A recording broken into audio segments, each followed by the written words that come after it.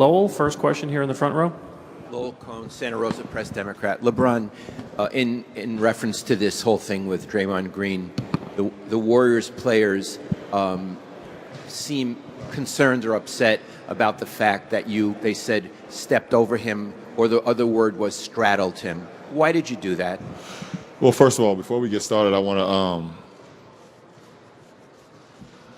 my condolences goes out to all the lost ones and families in a tragic shooting in Orlando.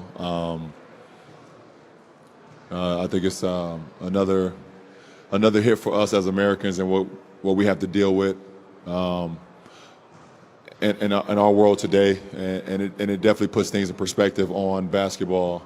For myself, it's just a small matter of what reality really is. So my prayers to all the lost ones and all the ones that's recovering from this morning's tragedy in Orlando. To get to your question, I don't really have an answer to it. I'm not quite sure what any of the Warriors guys said. I'm not a disrespectful guy. I don't disrespect anybody. It's all in competition. So I don't really have an answer to your question. Well, let me follow up. Were you aware at the time that you stepped over him? Was it something you didn't know that you did, or did you do it intentionally? Well, I was just trying to get back into the play. I think what had happened was intentional. I know we got into a grapple, at the top of the key, but me just trying to get back into the play. That's all. That was my whole mindset. Next question, second row. Gerard Graupera, RACU. LeBron, after 4 games, you are playing tomorrow an elimination game. How hard is for you to be in this situation? It's not hard. I mean, you go out, you give everything that you have to your team and to your teammates, and you live with the results. I've put a lot of hard work into my career and into this year, so I know what I'm capable of doing. I know what our team is capable of doing, but it's not hard. You just go out and do your job. Joe on the left. Joe Varden, Cleveland.com. LeBron, when you're playing Draymond or anybody that was in Draymond's situation, how aware are you that he's one flagrant away from a suspension? And does it affect how you go into a matchup like that? I think something like that, you're unaware. I didn't even know at that point in time. What you are aware of what's going on in the game. If a guy has 1 foul, if a guy has 2 fouls, if a guy has 1 technical, if a guy is injured or whatever the case may be. Those things that's happening throughout the course of a game, you notice those things, but you're not. I've never been aware of if a guy gets 1 more flagrant, or if a guy gets I don't know, 1 more penalty point. I'm not quite sure of all that stuff. I'm not aware of that. Al on the second row. LeBron, Al Sarasovic, San Francisco Chronicle. The other night you said you didn't expect the NBA to assess a flagrant. I believe your answer was no, I don't expect them to do it. Were you surprised by today's decision to assess a flagrant, and do you think that resulting suspension is fair? Did you feel like it was a flagrant? Well, I think the league, they handled it as they felt they wanted to handle it, and that's their call. It's been their call all year, and us as players, we got to play on no matter what happens. You can have your either go with what the league says or you don't, but at the end of the day, they make the final decisions. You were pretty upset, obviously, on the court at that moment. Did you feel like it was a flagrant foul? I felt like it was, at that point in time, it was a little bit outside of basketball. Jason, second row. Ron, Jason Lloyd, Akron Beacon Journal. You know the history. No team's ever come back from 3-1 in the finals. Does this give you guys a little bit of a lift or a little bit of a spark maybe that you needed? At the end of the day, it doesn't. For our team, we know how dangerous they are no matter who's in the lineup. I mean, obviously, we saw what they was able to do without Steph for 2 weeks. Playing against Houston and playing against Portland. Those guys still complement each other no matter who's out on the floor. So we have to be obviously much better than we were in Game 4.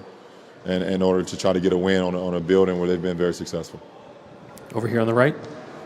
LeBron, Seb Costello with Triple M. Just to pick up on your comments there at the end, obviously the first 2 finals went their way in Oracle. How do you nullify that away court issue? Well, not many teams have been successful here, but at the end of the day, we just have to play better. I think our first 2 games we had way too many turnovers, which resulted in those guys getting out on the break. And I think we averaged 18 turnovers for 25 points in game 1 and game 2. No matter how well you play, that's just not good ingredients for a victory on anyone's floor, especially not in the defending champion's floor. Over on the left side. Bill Livingston, plain dealer. LeBron, when the Warriors were up here, there was some talk about what trash talk crosses the line and what doesn't. Klay Thompson said, I guess he just got his feelings hurt. You talked about being a prideful guy and that some comments Draymond made. Would you discuss that whole issue of what's fair and not fair on the court? What happened? What Klay said? Yeah, and what crosses the line? No, I'm not. What did you say Klay said? Klay said, I guess he just got his feelings hurt. Oh, my goodness. I believe the transcript will support that.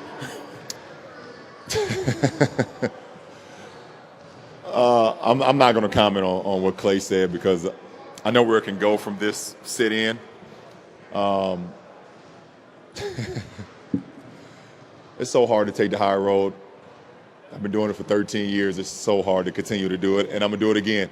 At the end of the day, we got to go out. We got to show up and play better tomorrow night. And if we don't, then they're gonna be back-to-back champions, and and that's it. But I'm taking the high road again. Jermaine, back right. LeBron, Jermaine Franklin with TSN. LeBron, after last game, you said you were slightly perplexed about the lack of calls against your defenders when you're playing as aggressive as you are. Do you think that will change? Do you expect it to change as this series progresses? I can't. I mean, that's something for me. You control what you can control, and that's something that myself and our team can't control. What we can't control is how aggressive we play on both ends of the floor. Our coaching staff will prepare us the best way to go out and win Game 5, and it's up to us to go out and execute it. Over on the left side. Terry Pluto, plain dealer. LeBron, you've been involved in the last 2 playoff series where the team was a 3-1 advantage. You know, obviously with Miami, you got wiped out at San Antonio, and then when you were with Miami the year before, you took it to Oklahoma City. How do you avoid that, basically that not happening again when you're on the other end of it? Well, you have to take one possession at a time. You can't start the first quarter thinking about the third quarter. You can't start the second quarter thinking about the fourth quarter. Every possession matters, and especially when you're in a do or die game, and which it is for us, obviously. So we gotta just take every possession as this is last, and move on to the next one as they carry on throughout the game.